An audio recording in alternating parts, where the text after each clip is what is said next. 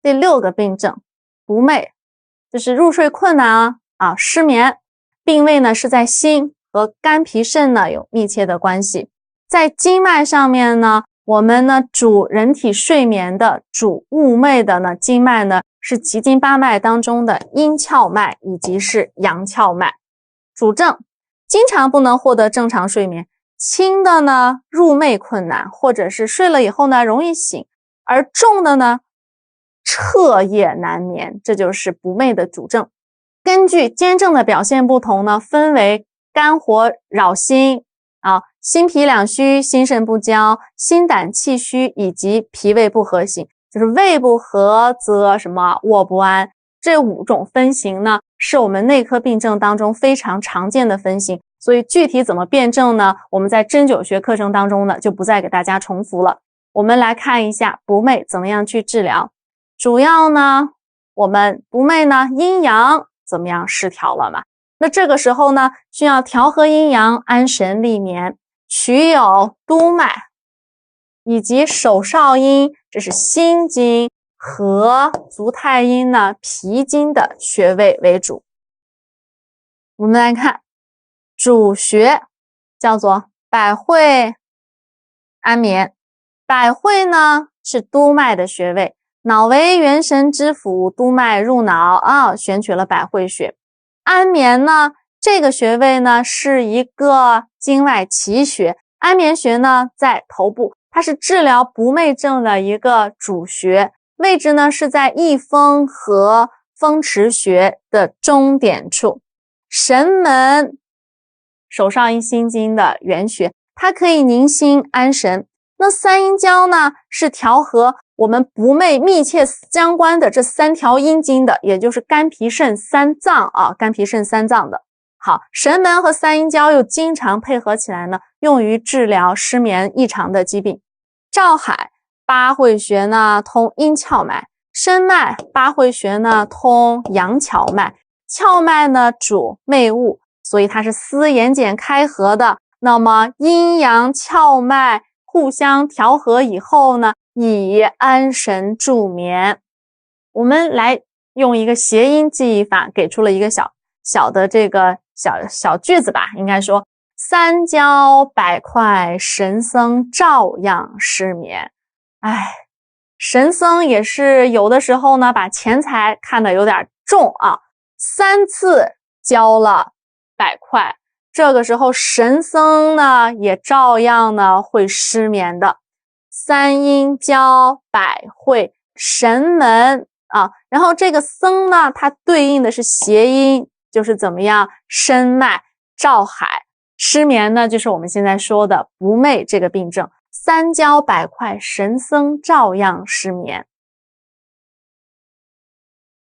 配穴，心脾两虚型失眠的患者呢，他需要补益心脾，因此你来看有心腧、脾腧，还有一个足三里穴。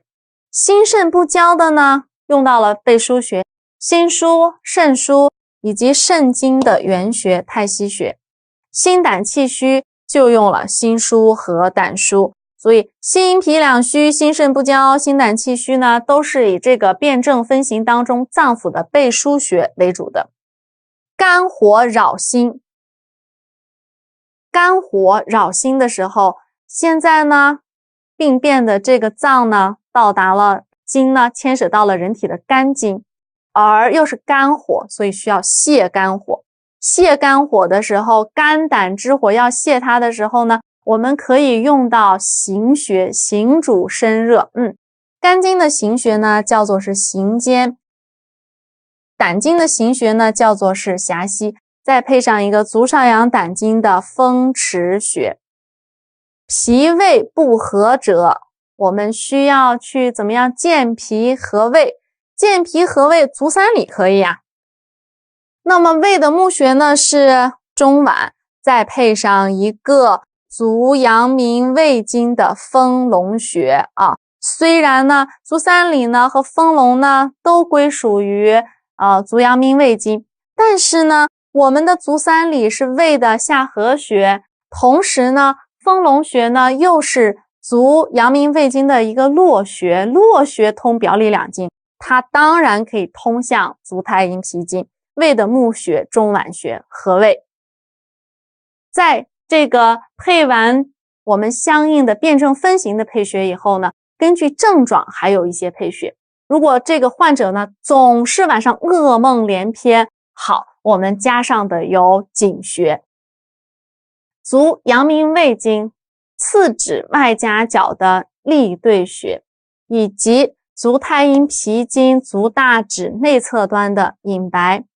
头晕的时候怎么办？头晕好像是髓海的问题嘛，那这个时候我们要加上一个髓会悬中髓会悬中穴。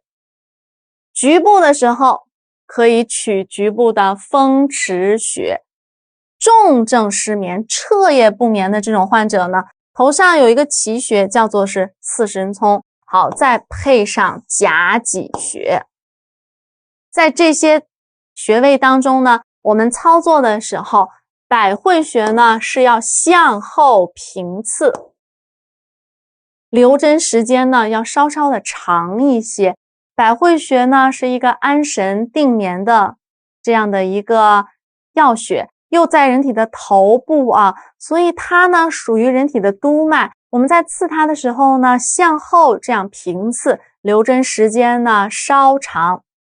其他治法当中，治疗失眠这个病不寐呢，耳针用的也是比较多的在其他治疗里面，耳针放到了第一个。选取的穴位呢有皮质下，按照西医理论来选穴的。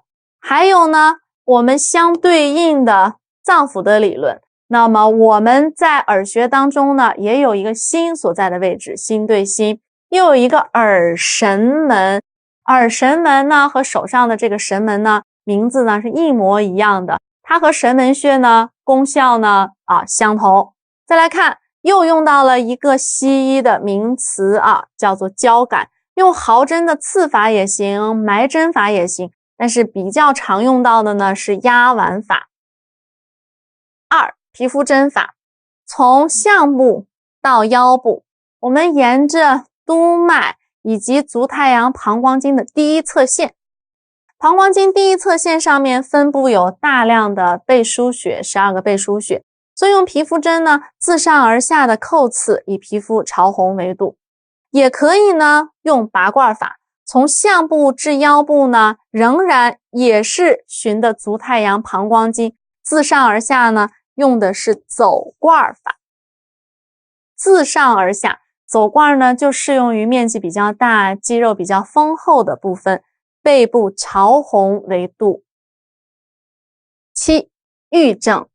那郁症呢，现代人呢工作压力呢各方面呢压力越来越大，那郁症的发病呢也越来越多了。大家经常说我郁闷，那么郁症的主要表现呢就在于肝气郁结，所以它的病位呢是在人体的肝，可以涉及心脾肾呢，肝气郁结、郁火、痰湿，然后神乱呢均可以导致气机的郁滞，心神被扰。也可以呢说心神失养呢，久而久之出现的郁症，病久呢就会牵涉到心脾两虚或者是肝肾不足。它的主要表现就是精神的抑郁善忧抑郁善忧，情绪不宁，或者是易怒以及易哭。郁症的治法当中，重要的就是解郁，重要的就在于什么？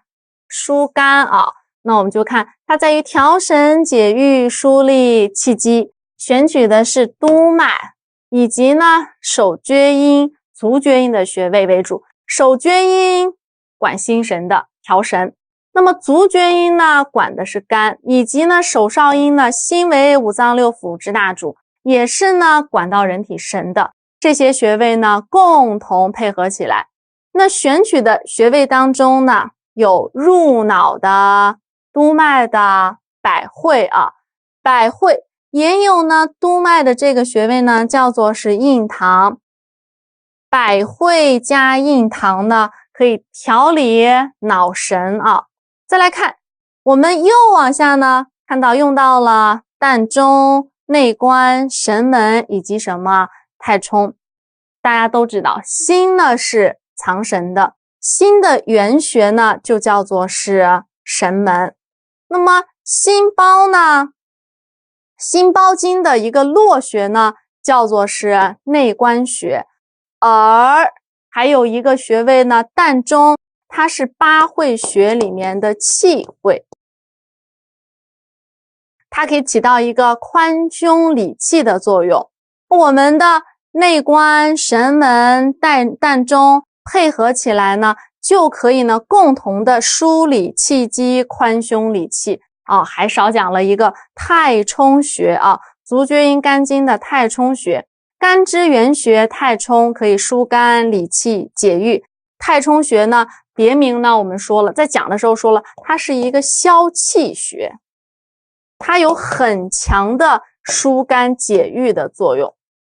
说我今天工作不太开心，我有一些郁闷，你可以呢按压自己足背一二指骨之间啊，一二指骨结合部的前方的太冲穴。那百会、印堂、局部曲穴、膻中、气会和太冲合一起呢，共同起到一个梳理气机、宽胸解郁的作用。内关和神门呢，用于呢安养人的心神。我们把内关和神门放到一起来记，把膻中呢和我们的太冲呢放到一起来记啊，这样呢和各自的这个方义呢比较好，容易加强你对这个穴位的一个分类的记忆吧。好，我们来看，给出了一个像 rap 一样的小歌诀，没有谐音了。这个叫做心包、心经、督肝郁，内关、太冲、神门、膻啊，内关、太冲、神门、膻。怎么说呢？心包经、心经、督脉，然后还有肝呢，并位在肝呢，管的是人体的什么郁症。内关、太冲、神门、膻，就是内关这个人吧，他的脾气也太冲了。我们之前说你怎么这么冲呀？太凶了。内关太冲，然后连神门呢也都怎么样？惧怕它，膻啊，膻有惧怕的意思。那么这个膻呢，就是我们膻中的一个谐音了。内关太冲，神门膻。配穴上面，肝气郁结，患者如果肝气郁结的时候呢，可以配上一个期门穴。那么气郁化火的时候呢，气郁已经化火了，我现在必须呢要怎么样泻火？泻火，看肝经的行穴叫做行间，那么胆经的行穴呢叫做是狭溪。痰气郁结，痰气郁结呢，喉中呢有东西，也吐不出，也咽不下，其实这是什么？没和气。那么化痰的药穴呢，就是什么？丰隆穴。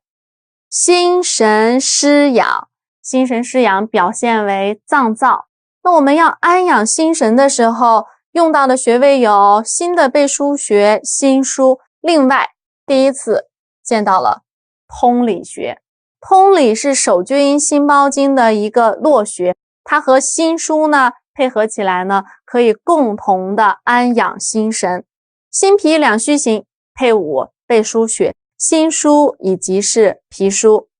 肝肾阴虚，肝肾阴虚，我需要去滋阴益肾，所以我补益肝肾，那么就用肝和肾的相应的背腧穴。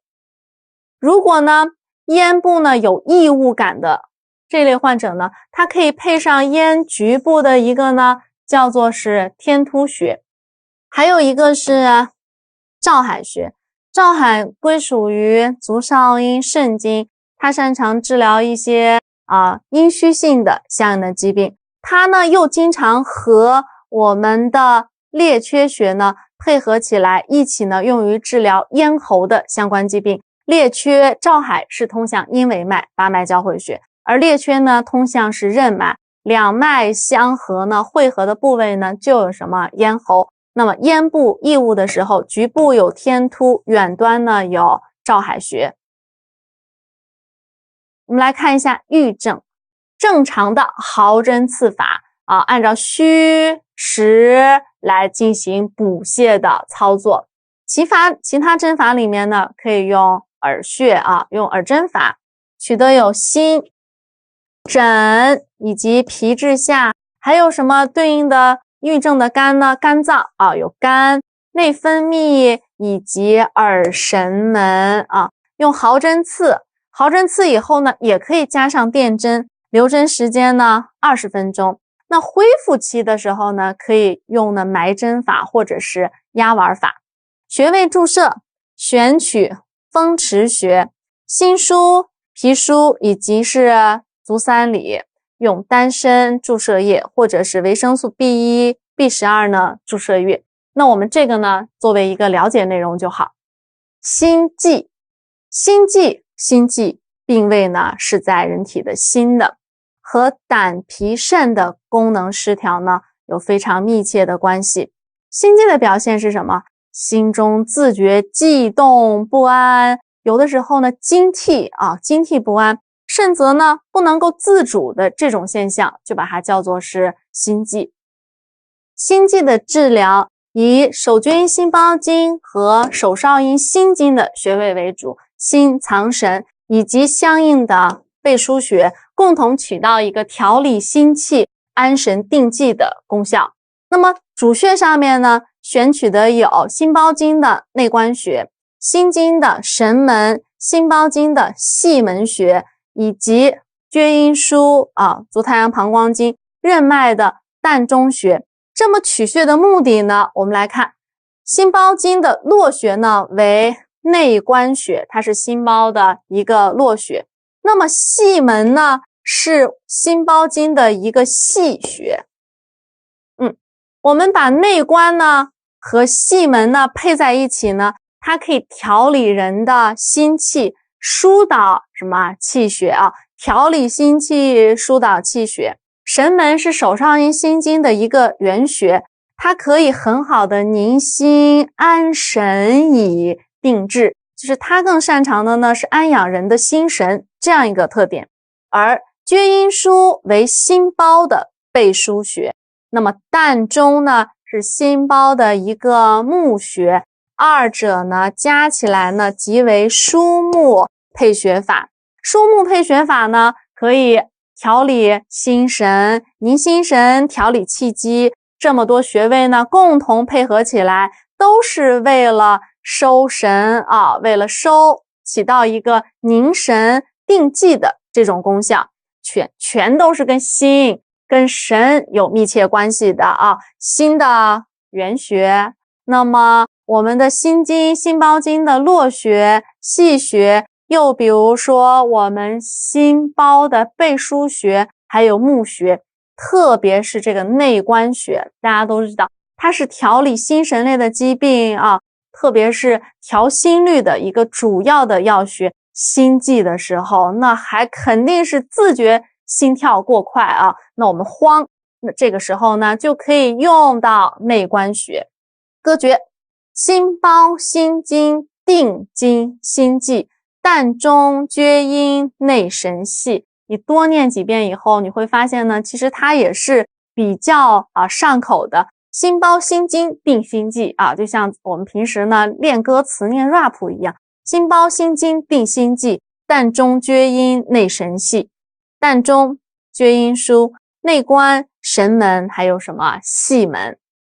配穴方面，心胆气虚型，心胆气虚型肯定是怎么样？胆小嘛容易受到惊吓。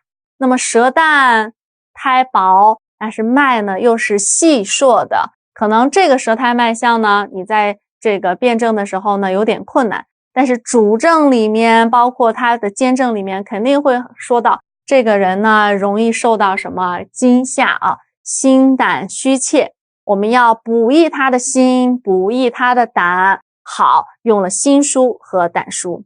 心脾两虚型，那么心脾两虚大家都会辨，那心脾两虚的配穴呢你也会知道，补心补脾，用背腧穴、心腧和脾腧穴。阴虚火旺的关键呢是要怎么样滋阴，而滋阴呢，就需要找到足少阴肾经，而足少阴肾经擅长治疗阴虚性疾病和肾虚疾病的呢，就是太溪穴。太溪加肾的背腧穴，肾腧用于阴虚火旺的心悸。有一个比较特殊的症型，它叫做水气凌心。好，水气凌心的心悸，患者表现有下肢的一个浮肿啊，重要的是肩症里面有一个下肢的浮肿，同时呢，舌淡，脉象呢是非常的沉而细的。这种辩证里面呢，我们就要配到一个去什么水化肿的这样的穴位，那就用到了三焦腧。三焦呢是调理气机和水液的这样的一个脏腑。那么三焦的背腧穴呢，三焦腧啊，三焦腧。那我们再来看水分，它的这个名字啊，就告诉你呢，它是一个治水的什么药穴，那就配上三焦腧和水分。三焦腧是我们首次配穴出现，现在呢，把它画一个着重号。心脉瘀阻，舌岸脉沉细或者是结带，可能这时候心脉瘀阻的时候，这个有瘀，但是脉象呢没有表现出来什么侧色，因为是心脉瘀阻。那我们典型的呢，就是脉象呢是结带或者是沉细，舌质呢依然是暗的。配穴的时候需要配上膻中以及是膈腧。膻中呢用于宽胸理气，那么膈腧穴呢用于什么啊？去除什么瘀阻，它是一个治血化瘀的血瘀症的一个药穴。膻中加膈腧，这些穴位呢都正常针刺啊，操作上面呢毫针刺法，按照虚补实泻的原则去操作。耳针可以选用的相关的，我们来看心、脾、肾、胆、肝以及交感，还有耳神门。耳神门呢，在耳穴当中呢非常常用的一个穴位。那么穴位注射法的选穴呢，和我们基本的毫针刺法的选穴呢基本相同。9. 感冒，感冒的病位呢是在肺胃啊，我们大家都知道它的主症恶寒发热、鼻塞流涕、咳嗽、头痛、周身酸楚以及脉浮。那么感冒的辨证分型呢，我们也是清楚的，所以对于它怎么样辨证分型呢，不在此强调。在配穴的时候呢，我们会对相应的辨证呢加上不同的穴位。我们先来看对于主症的治疗。感冒基本治疗呢，病在肺胃，所以它需要祛风解表，而适合祛风解表的经脉呢，第一个督脉为阳脉之海啊，它是可以治疗表症的，比如说它上面的大椎穴。另外手太阴肺经和手阳明大肠经呢相表里的两条经脉可以用于感冒的选穴。主穴呢叫做列缺、合谷、风池、大椎以及是太阳。列缺属于手太阴肺经，合谷归属于手阳明大肠经，风池祛风的一个药穴，大椎督脉擅长呢解表啊泄热的一个穴位。太阳名字就告诉你了，它呢可以怎么样，是祛风解表的这样的一个穴位。那么感冒主要来说呢是外邪侵犯到人体的肺胃所致，我们太阴阳明互为表里，所以取到了列缺和合谷穴用于祛风解表。督脉主人体一身的阳气，在温灸督脉上的大椎穴的时候呢，可以通阳散寒；刺络放血的时候呢，它又可以清热散邪啊，清除热邪。对于不同的针灸的操作技术呢，它有不同的寒热温凉的寓意在里面。风池是归属于足少阳胆经，而它又是足少阳胆经和这条经脉阳维脉的交汇穴。阳为主人一身之表也可以用于解表。古人又有这样一句话，他说阳为病的时候苦寒热有寒有热，同时风池既可以驱除人体的内风，当然它也可以去外风，疏散风邪。与太阳穴二者相配的时候，又可以清利头目。列缺合谷共以肺与大肠相表里，祛风解表。风池太阳呢祛风，并且呢可以怎么样清利头目。大椎穴风寒的时候可以用艾灸的方法，有热的时候呢又可以用拔罐或者是刺血的方法。何故有太阳缺大风还感冒呢？什么原因呀？太阳很好很暖和，而且呢也没有大风，怎么着还感冒了？那我们可以用这种呢来记忆感冒的主穴。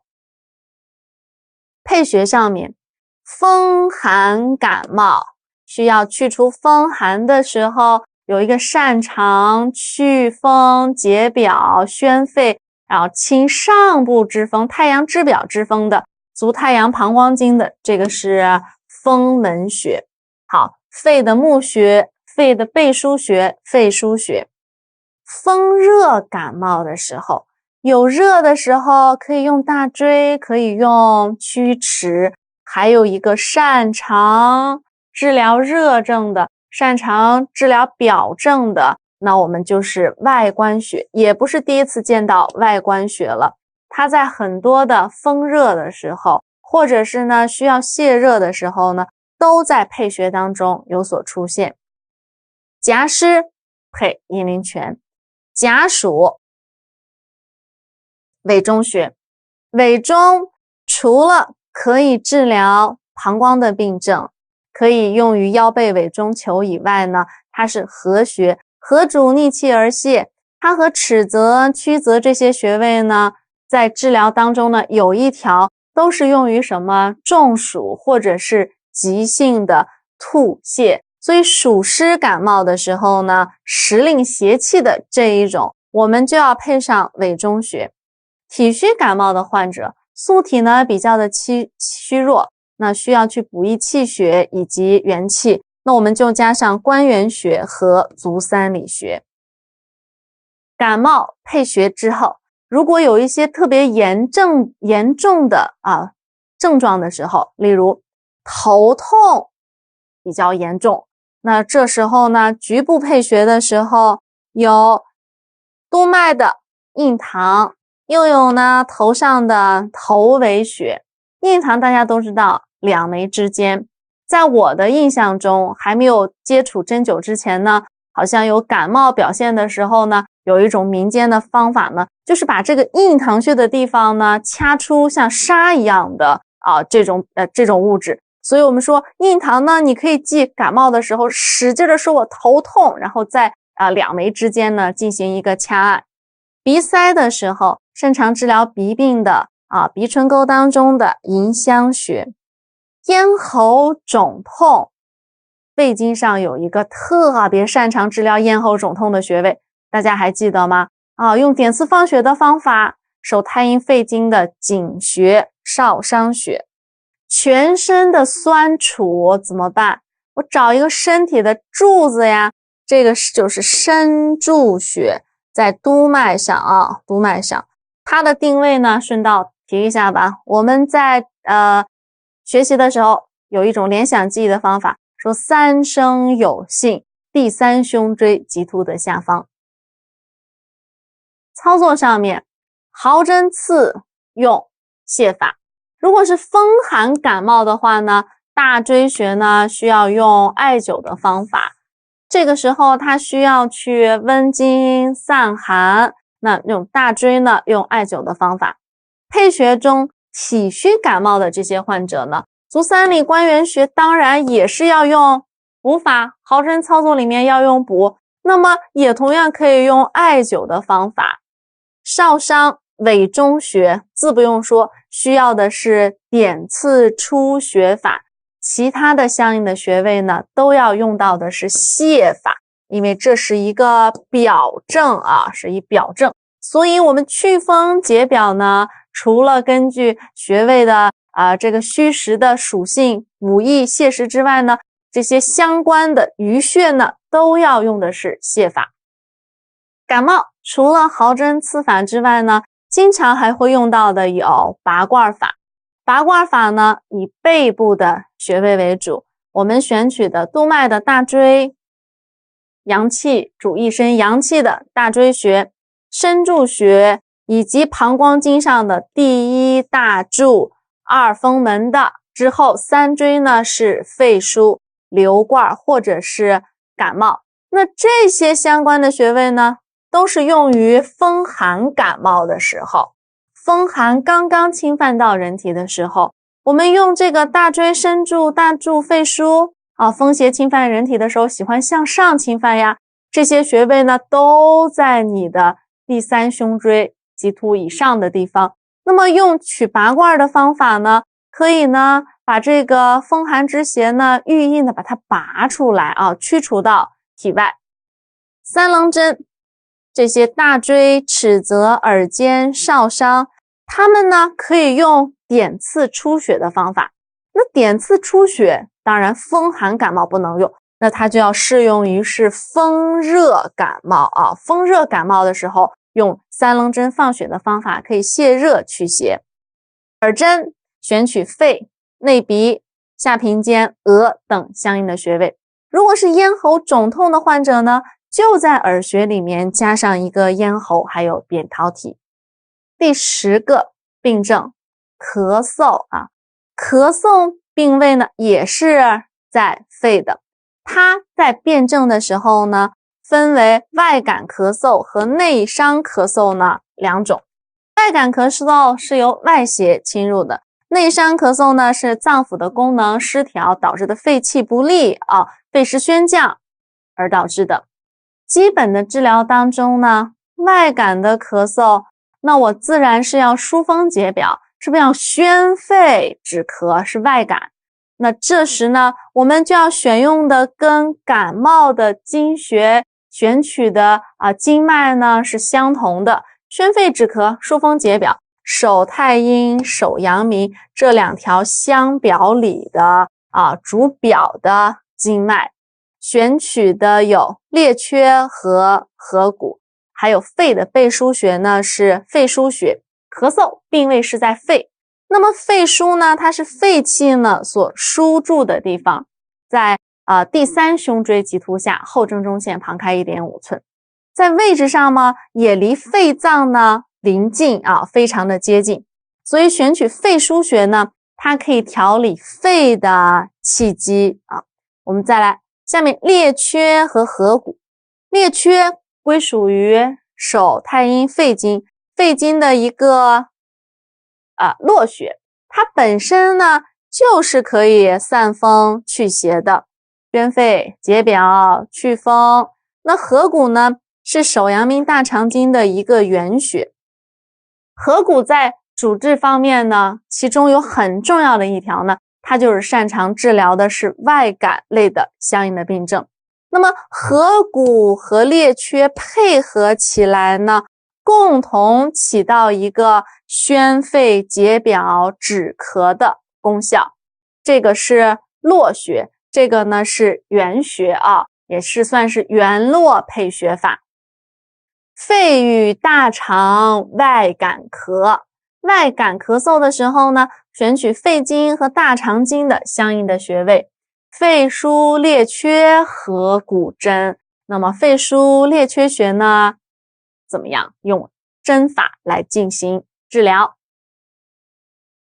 配穴上面，风寒袭肺的时候会配到，不再过多的解释了，风门穴。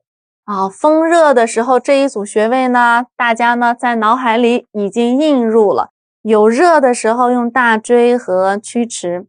咽喉肿痛，那治疗咽喉肿痛的代表穴位于我们拇指上的桡侧指甲角的少商穴，用放血的方法。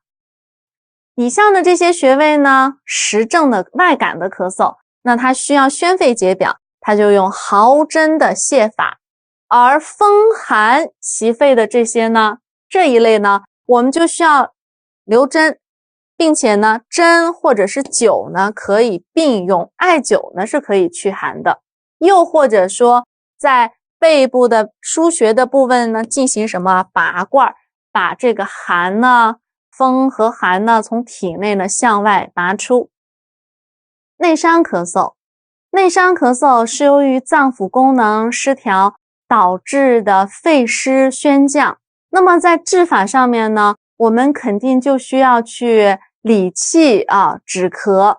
我们就选用的主穴呢是归属于手足太阴经的，以及相应的背腧穴。肺腧加上中府穴，中府是肺的募穴，那肺腧呢是肺的背腧穴，枢募配穴法，两个穴位呢相配，共同呢用于治疗肺相应的疾病。再来看太渊穴呢是手太阴肺经的原穴为肺之原穴，三个穴位加起来呢，共同呢就可以宣降什么宣降肺气，化痰止咳。好，三阴交它是一个疏肝健脾的药穴，那么疏肝健脾以化痰止咳。内伤咳嗽是脏腑功能失调本身脏腑功能失调而导致的肺气失宣肺湿宣降。那这个时候呢，我们需要去疏肝健脾，从而呢再去化痰止咳。怎么来记忆？内伤咳嗽肺脾主，肺腧中府三交渊，肺腧中府穴、三阴交以及太渊穴。肺腧中府都是跟肺这个脏腑相关的肺腧在中府这个府中呢3次交到了什么太渊我们可以这样来记忆。配穴方面，痰湿阻肺的时候，好，痰湿阻肺一一对应起来，痰对丰隆，湿对阴陵泉。肝火灼肺的时候，肝火灼肺怎么办呢？本身呢是由于肝火而导致的，那么肝火的时候我就降这个肝火，我就要选用的是行穴，行主身热，好，肝经的行间，以及不是灼了肺肺也要去找一个行穴，那就是我们手太阴肺经的鱼际穴。肝火灼肺的时候所配的穴位呢，正好是泻肝和泻肺的泻肝热清肺热的这两个穴位呢，均为两条经的行穴。肺阴亏虚的时候，好，加上的是膏肓穴。膏肓位于厥阴腧的旁边，它擅长治疗的是肺系的虚损性的相应的疾病。血症卡血的时候，手太阴肺经的细穴名字叫做是孔最，记忆的时候呢是七窍流血我们面部呢有7个孔，正好呢对应起来腕上7寸，七窍流血，那么孔最穴呢也是正好治疗血症的。胁肋疼痛的时候，我们可以配上阳陵泉。阳陵泉归属于足少阳胆经，胁肋它可以清利人体的胁肋、肝胆、少阳之气机。咽痒、咽喉干痒的时候，配上什么太溪穴。太溪穴呢，它可以滋肾阴而去润我们人体的咽喉。盗汗配的穴位呢，叫做是阴系穴。阴系归属于手少阴心经，汗为心之液阴虚盗汗的时候呢，我们加的是手少阴心经的一个阴系。那在气短乏力的时候配足三里还有气海。在这么多的配穴当中呢，我们可能要比较注意去新添入你的这个配穴库当中的，就是阴虚盗汗的时候配阴细，另外呢肺阴亏虚的时候配的是膏肓，这2个穴位呢现在呢要把它作为一个新成员特殊的加到你的这个配穴库中。操作方法，主穴呢毫针平补平泻，不需要特别的去用补法还是泻法，那我们就用平补平泻法，或者呢加用艾灸的方法。在背部的腧穴上面，其他治疗可以呢用拔罐法，背腧、大椎、风门、膏肓。那么拔罐法呢，我们已经多次的在其他的疗法中呢提到了，它适用于的都是风寒类的相应的病症，对于咳嗽也是风寒数肺症采用拔罐，可以用穴位贴敷法选取一些具有跟肺密切相关的宣肺止咳的相关的穴位。那我们看肺腧、定喘、风门、膻中以及化痰的丰隆穴。哮喘症哮喘和咳嗽一样，它的病位呢在肺，但是和我们的脾肾心呢有非常密切的关系。发作期的时候，哮喘发作期的时候呢，多呢表现为实症。但是也有一种情况，就是这个人体呢，它本身素体呢就是一个肺肾不足，或者是正气耗伤，那它发作的时候呢，也可以表现为虚哮。但是大多数的时候发作的时候呢，气阻痰壅表现的都是实症的表现。那缓解期的时候呢，我们用到的脏腑呢有肺还有肾。那我们的肺为气之主，肾为什么？气之根。然后这些脏器呢，它的脏器虚弱，同时呢又兼有痰浊内阻之症的时候，就表现为缓解期的哮喘。基本治疗当中哮喘的实症，哮喘实症的时候呢，一般说发作期是不是多是实症？那这时候我必须要去邪，怎么样清理它的这个肺？所以治法当中就是去邪肃肺而化痰平喘。那去邪肃肺的，那既然要说到肺这个脏，那必须要用到手太阴、肺经以及它相应的背腧穴。列缺、尺泽、肺腧、中府以及定喘穴。肺中痰裂、缺、吃药、定喘，这个用的是定呢，就是哮喘的实症哮喘的实症。肺中我的痰太裂了，实在是缺吃药呢，去怎么样定喘。当然我们来看，这也是化痰平喘，所以这个小的记忆方法，这个歌诀呢是非常好的。它的寓意当中呢，既体现了实症哮喘的病因病机又体现到了它所要选取的主穴。肺中痰裂、缺吃药、定喘，列缺、尺泽、定喘穴以及呢肺腧和中府。列缺为手太阴肺经的络穴，它本身就可以宣肺宣通人体的肺气的。那尺泽穴呢，它是手太阴肺经的合穴，它可以肃肺化痰，它擅长的是治疗肺的实症。我们再来看肺腧和中府，一个是肺的募穴，一个是肺的背腧穴，二者疏木相配，为的是达到一个调理肺脏的功能。那肺脏调理之后呢，可以宣肺祛痰、止咳平喘。定喘穴的位置，大椎旁 0.5 寸，它是治疗哮喘的一个经验要穴。我们可以把列缺和尺泽呢放到一起来记忆。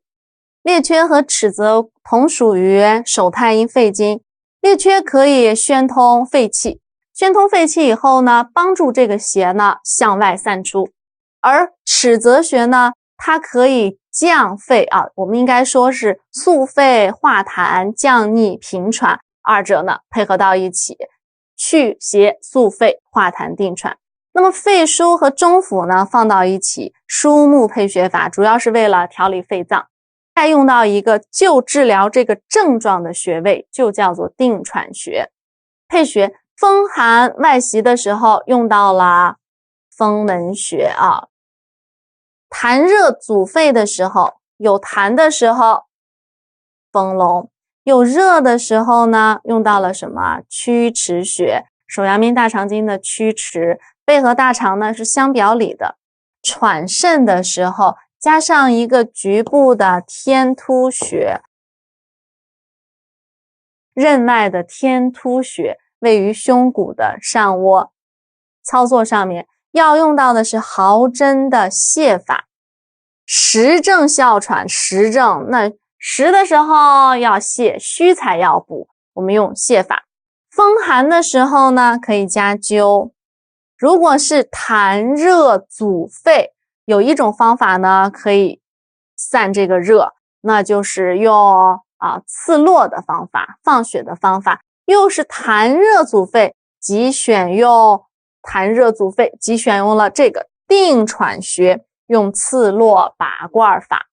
虚症的哮喘要怎么治呢？脏腑功能失调了，那需要补益肺和肾啊，需要补肺，还需要是补肾，因为我们这金水呢是相生的，同时要顾及到两个脏腑，以止哮平喘。那么补益肺气的时候，最好的补益的经脉和穴位呢，就是我们相应的了背腧穴和手太阴肺经对应的是肺，足少阴肾经呢对应的是肾，这两条经脉的穴位为主。肺腧膏肓，肾腧太渊、太溪、足三里以及定喘。为什么要选用这些相应的穴位去治疗哮喘的虚症？我们来看，肺腧是肺的背腧穴，那膏肓呢归属于膀胱经，但是它擅长治疗肺系的虚损性的相应的疾病。肺腧加上膏肓，可以用针灸并用的方法，又用针又用灸针灸并用，这样可以起到一个补益肺气的作用。肺腧和膏肓是补益肺气的。那补益肺气之后，需要用上一个肾腧穴。肾腧穴呢，可以补益我们人体的肾的背腧穴。那补了肾气干嘛呢？它是为了纳，补肾腧呢，以纳肾气为了纳肾气。好，那再来看这俩，太渊和太溪。一个是手太阴肺经，那么肺之源太渊，肾之源呢叫做是太溪。那么它们原穴，脏腑之气呢输注于我们腕踝关节附近的穴位，那么它二者呢相配呢，就可以充填元气，肺肾的真元之气，充填肺肾真元之气。好，再来看足三里穴。足三里呢，调和人的脾胃，以化生气血生化之源滋生生化之源，使水谷精微呢，现在不是虚吗？需要补益吗？那使这个水谷精微呢向上怎么样归于肺足三里把这些水谷精微呢生化好了一样去补益，上归于肺，肺气呢才能够充实，才能够卫外定喘穴为一个平喘的经验要穴，诸穴呢就共凑一个补益肺气、止哮平喘的功效。我们来看山里膏肓，太远太溪，肺肾定喘虚。这个山里又高，看起来又荒凉，然后太远，人烟太稀少了，怎么办呢？我感觉到你可以认为这个太远，空气呢比较的稀薄太远太稀，费肾呀去定喘虚。我们这样来记忆啊，哮喘的虚症的一个主穴。哮喘虚症的配穴，肺气不足的时候，肺气虚，那配的有气海穴，加上了一个膻中穴，它是八会穴当中的气会。肾气虚的时候，配的穴位呢，有治疗元气虚损的关元，还有一个穴位叫做是阴谷穴。我们把阴谷呢标记一个重点的符号，它在配穴当中呢是我们首次遇到，归属于足少阴肾经，是足少阴肾经的合穴，五行呢属水啊，可以去补益肾气，关元呢补益人体的元气，配合起来呢一起用于肾气虚所致的哮喘虚症。操作的时候，毫针呢要用的是补法，可以着用灸法或者是拔罐法，要酌情去用。其他治疗方法当中，穴位贴敷法，这个穴位贴敷法呢是现代比较流行的啊，根据节气，比如说三伏天和39天的时候，去把一些相应的这些药粉呢打磨之后呢，贴到相关的腧穴上面。那么对于我们的哮喘肺系相应的疾病，要贴敷的穴位就是肺腧、膏肓、肾腧、膻中以及定喘穴。第二种方法叫做穴位埋线法，选用的膻中、定喘、肺腧、脾腧。那么定喘穴治疗哮喘的经验要穴，肺腧、脾腧补益肺脾之气，足三里呢补充气血生化之源的，那丰隆呢可以用于化痰。第三种方法呢叫做穴位搁置法，穴位搁置法呢，我们来看选用的这个穴位呢是膻中穴。常规消毒后呢，当然要麻醉之后割去皮下脂肪，用无菌的敷料呢覆盖即可。第四种刺络拔罐法，选取的有定喘、肺腧和大椎。既然需要刺络拔罐，那证明呢必须用的是热症，就适用于风热犯肺或者是痰热壅肺等的热症。